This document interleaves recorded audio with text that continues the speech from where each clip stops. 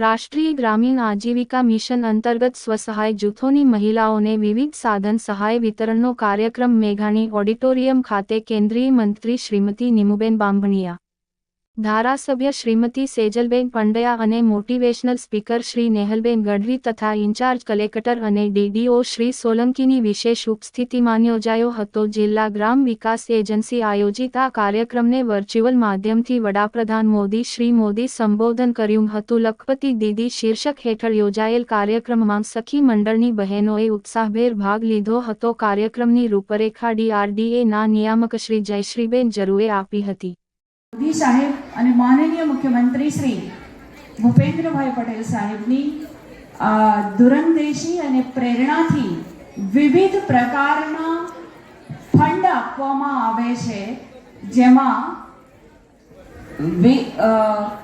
Startup fund આપવામાં આવે છે, જે શરૂઆતમાં સખી મંડળ પોતાની પ્રવૃત્તિ શરૂ કરે ત્યારે એને એ ફંડથી પોતાની પ્રવૃત્તિઓ શરૂ કરવા માટે ટેકો મળે।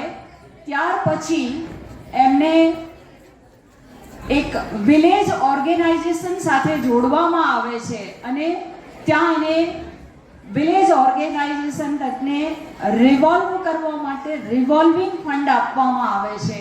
ત્યાર પછી એમને ક્લસ્ટર લેવલ ફેડરેશન સાથે જોડવામાં આવે છે અને ત્યાં એમને કોમ્યુનિટી ઇન્વેસ્ટમેન્ટ ફંડ આપવામાં આવે છે અને આ ઉપરાંત બેંકો સાથે જોડી અને ગત વર્ષમાં લગભગ 2800 થી ઉપરાંત સખી મંડળોને બેંકો મારફતે આપણે કેશ ક્રેડિટ અપાવડાવી છે અને આ વર્ષે આપણો ટાર્ગેટ છે કે આપણે 3000 જેટલા સખી મંડળોને કેશ ક્રેડિટ બેંકો મારફતે અપાવીએ, જેથી એ જે પ્રવૃત્તિ કરી રહી છે આર્થિક ઉપાર્જનની એને વેગ મળે। આ ઉપરાંત આજનો જે માનનીય વડાપ્રધાન શ્રીનો કાર્યક્રમ છે અને એમનું સ્વપ્ન છે કે 3 કરોડ કરતાં પણ વધારે બહેનો લખપતિ દીદી બને, તો હમણાં જ આપણે અમારા શાંતુબેનને સાંભળ્યા કે અમે આપણા સ્વપ્નથી પણ આગળ વધી ગયા છીએ। લખપતિની જગ્યાએ એમણે એમ કહ્યું કે અમારું ટર્નઓવર કરોડમાં જતું રહ્યું છે, તો હવે ભાવનગરની બહેનો લખપતિ દીદીની જગ્યાએ કરોડપતિ દીદી બનવા તરફ પ્રયાણ કરી ચૂકી છે। આપણે લખપતિ દીદી તરીકે રજીસ્ટ્રેટ કરી છે અને એ બહેનોમાંથી કલ્પનાતીત રીતે આ હોલ એ બહેનોએ ભરી દીધો છે।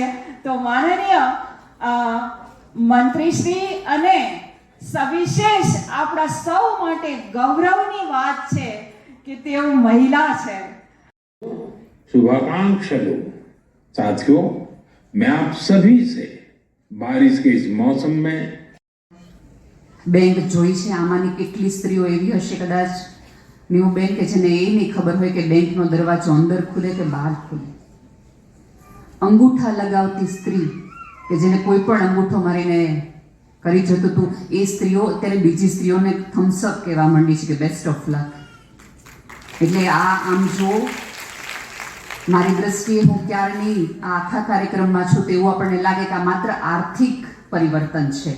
સાવ સાચું કહું તો આર્થિક પરિવર્તન એ તો બહુ નાનો એવો ભાગ છે આખા ઉપક્રમનો, અને વડાપ્રધાન મોદી સાહેબે જે વિચારણા કરી છે એનો આ આખો ઉપક્રમ સામાજિક બદલાવનો છે।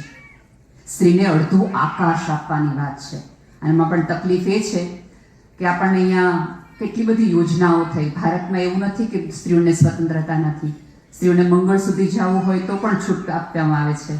ચંદ્ર પર જવાની છૂટ છે, પણ કહેવામાં એવું આવે છે કે ચંદ્ર પર જાઓ ખરા પણ 2 દિવસના થેપલા શાક કરીને જાજો પાછા।